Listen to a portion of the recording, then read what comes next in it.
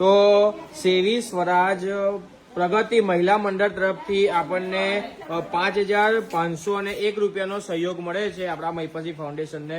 અમે મહિપતસિંહ ફાઉન્ડેશન વતી સમગ્ર મહિલા મંડળોને અમે આભાર માનીએ છીએ.